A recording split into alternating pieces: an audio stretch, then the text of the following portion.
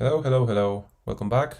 So last time we were talking about APIs and what we have in those cool class-based model view sets, which is, by the way, I'm doing it slightly backwards. So instead of going from something simpler to something more complex, I'm showing you something more complex because I just wanted to show you how easy it is to build things using class-based views. So at the beginning, we just created a very simple model view set here, and because we just added that here, we had a suite of all the calls, create, update, delete, and so on, and list. And so but we will get to the point where we actually build something very similar to this, but we do it ourselves. And so we go from more complex to simpler, but that doesn't really matter. It's just something I decided to go with, and we still learn stuff. Okay, so we were looking at model view sets, and also again, kind of backwards. Why are we going from view sets and then go to serializers?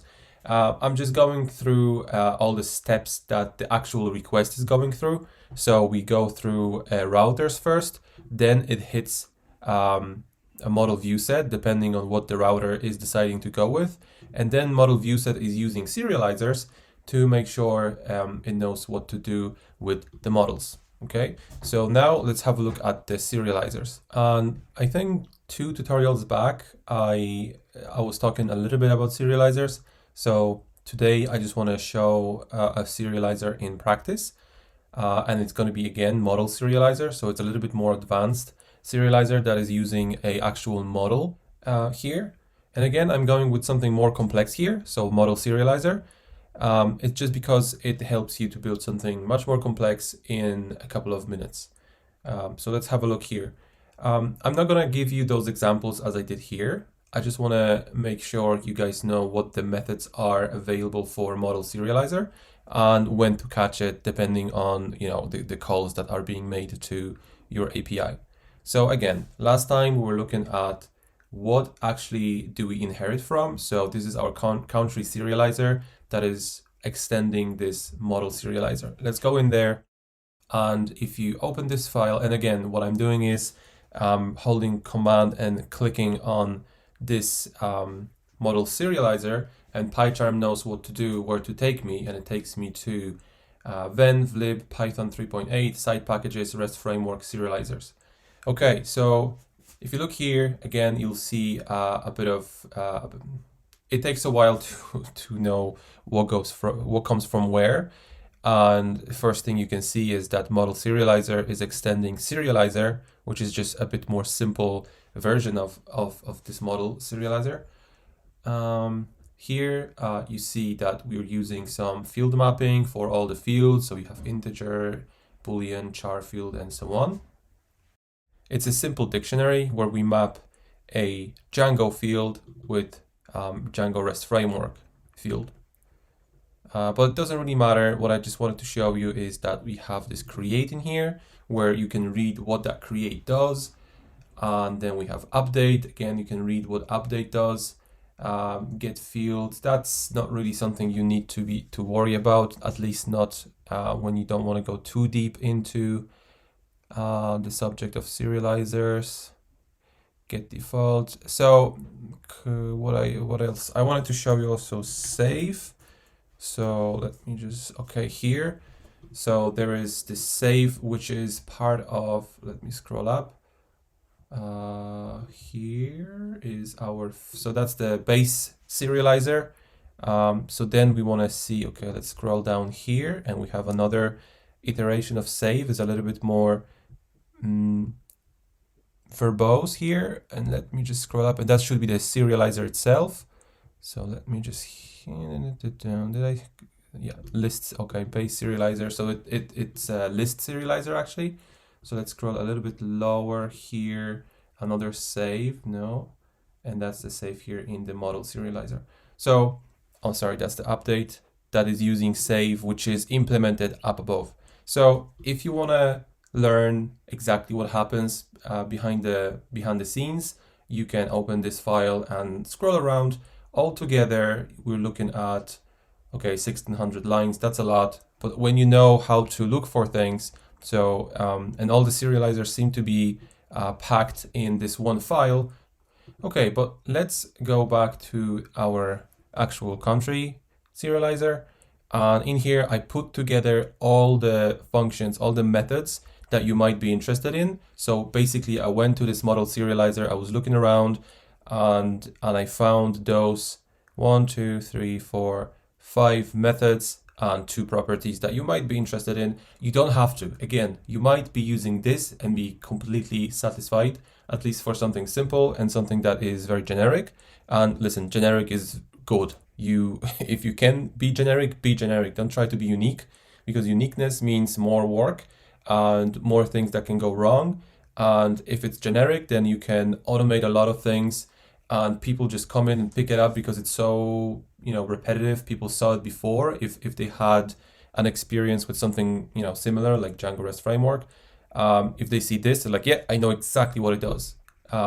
Whereas when you start doing some custom stuff, if you have to, that's fine. But, then you have whoever picks it up, or it could be you after like a year, you come back to your code and be like, oh, what have I done here? So generic is good, but we have options. So what we have here is, again, our C, U, R, and D. Where is D? There's no D, there's no destroy, because as I told you in the previous tutorial, destroy doesn't really use serializers here.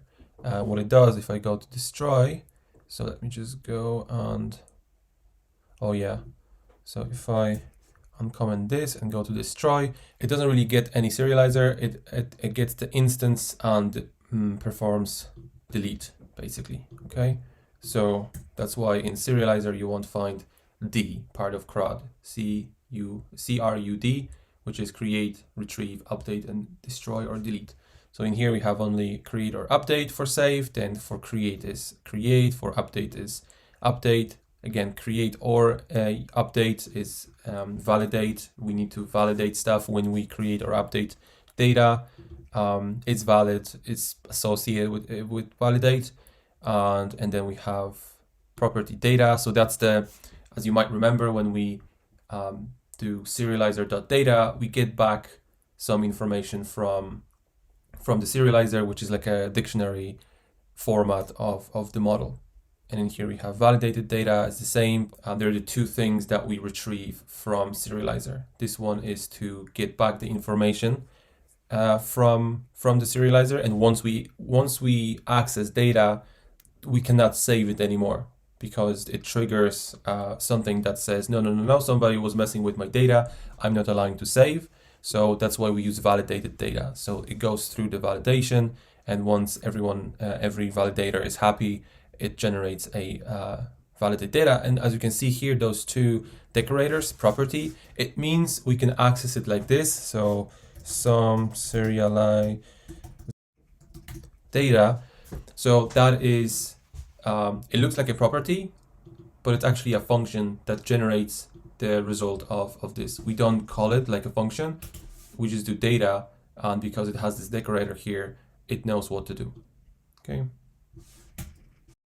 So let's start from the beginning. So save, when the save is being called, if I go to my console, so if I curl, what do we have here?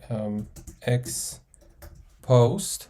So let me try to post this country here and see if it not authorized. Okay, I did mess up something up in here. So let me maybe just comment it all out, because I don't want it to mess my workflow.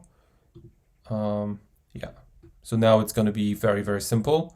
No overwritten methods, and that's what I'm looking for. Let me just restart and go to here. Let me just move that in here. Okay, and again, post, and boom, we are in save. And let me just put those breakpoints here as well. So go, you're done. And it's gonna say something like, oh, done. Okay, that worked. And that worked because I thought we had this, but we didn't. And let me delete that. So curl x delete. Oh no. X delete location, country, and I want to delete cc. Okay, and it worked. And I'm gonna try to post it again. And what happens first, we get to save. And what we have in here is a bit of data. So we get, so that's the self, which is the serializer itself. We have the data in here. And as I said, it uses this property here. So we passed cc and cc in here. As you can see, that's the ISO code and test cc as a name. So you can see this here. And then if I go lower, initial data, so that's what came from the client and it wasn't validated. And then we have also some other information like validated data, okay? And if you ever want to access it, you can access it here in save. Okay, let's go further.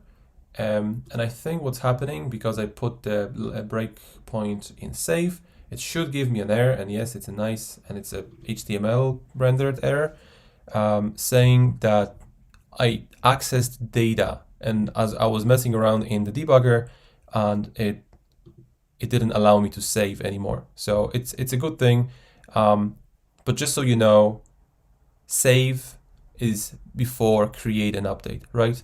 And by the way, let me just put those breakpoints here and here because we want to know the workflow. But just remember that save is before create and update.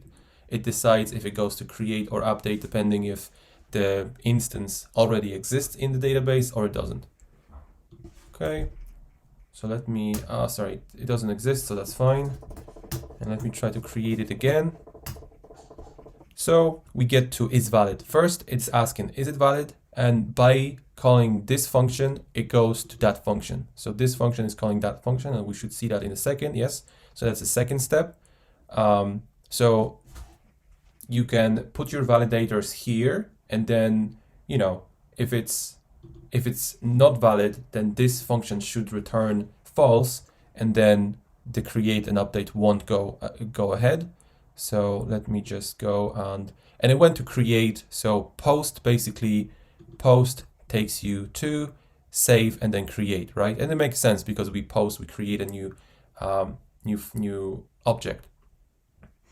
Okay, create. What about update? How do we get to update? So let's just go and change this one simple thing here. So I want to put this, and I want to put it to CC now. I need to specify that it's going to be country CC, but it's going to be very similar. Let me see. So again, is valid, is the data that was passed to me valid? And then, okay, so validated, please. It goes to validate, and then it goes to update. Voila. So this is where you can catch the last moment to catch before update, before we actually save those changes, is here. But you can, in between, you can validate it as well. And you can do it in is valid or validate. I assume you want to do it in validate, as it's the place where it's actually being validated. So, and it's kind of interesting to see what exactly is going on there, what is being returned. So here it doesn't do anything. So it catches the attributes. So let me just look at the attributes actually. So it gives you some, let me just go here, no, here. We are in update. So let me go and try to call it again. Let's collapse this. So somehow is valid is calling validate, and it passes attributes there. So you have attributes, which are basically the information that was passed in the post. But as far as I know, these attributes will be the only stuff that you get in here will come from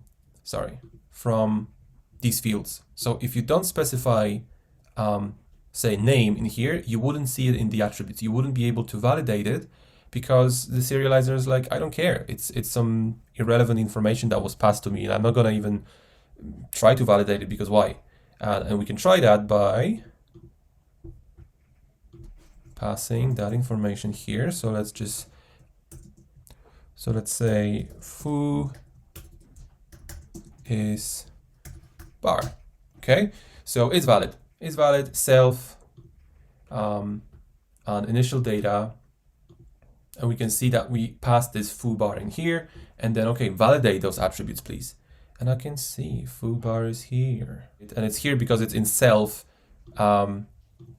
initial data. But if you go to attributes, you can see that ISO code and name is the only thing that we can validate, because it cares only about the stuff that we specify in here. Okay, so that was update. Then, okay, so I was looking at validate and is valid as well. So the only thing here, and I've never seen this being manipulated, but just so you know, you can if you want. Here we have data and we have validated data, which is, let's have a look what they do. Okay, super. So it's, again, we need to go deeper. And it's pretty cool because it gives you the data back only if certain conditions are met. So basically, if we have initial data and we don't have validated data, then there is an error to be given. And it's a little bit more complex. I did try to figure it out, and I think I know what's going on here. If you want, give it a go. It's mainly to understand why and what happens when you access data and then you try to save and it says, no, sorry, you can't save after you access this. And also, you will know why you get an error when you try to access data without, for example, asking for it's valid, right? So give it a go if you want. There's also errors if you want to have a look how they work and validate data. So maybe I can add here, another property called errors. But I'm just showing you that it exists, and you can override it if you want. You can access it if you want. Never seen it used or changed, so I wouldn't touch it until you really feel like this needs to be slightly different than the default. Again, default is very good. Default and generic is a good idea to use as long as it works for your case. And if you have something that needs to be custom made, then only then go and make it custom. But next week, we're going to do everything custom. So we're going to build it from scratch. So basically those view sets, I'll try to write them by myself using function-based view sets or views, really, because we just send back a JSON response. So yeah, that's going to be next week. So generic is good. Less code, the better. But next week, we're going to write a lot of code. Okay, and that's going to be the end of the intro to Django REST framework, because I think there's quite a lot to learn when it comes to Django REST framework. I don't want to skim it. So what you're learning here is absolute bare basics, fundamentals, and I want to move on to React next. So after the next tutorial, I want to move on to React. And then as we continue building our portfolio, we go back to Django REST framework and, for example, use filters or authentication or some other cool stuff that will come up. And that's the style here. There's a bunch of cool Django REST framework tutorials just focused on that. So that's where you want to go if you want to just learn Django REST framework and like be really good at it. In here, we're going to kind of build and learn by building. So thanks for watching, and I'll see you in the next one. Bye-bye.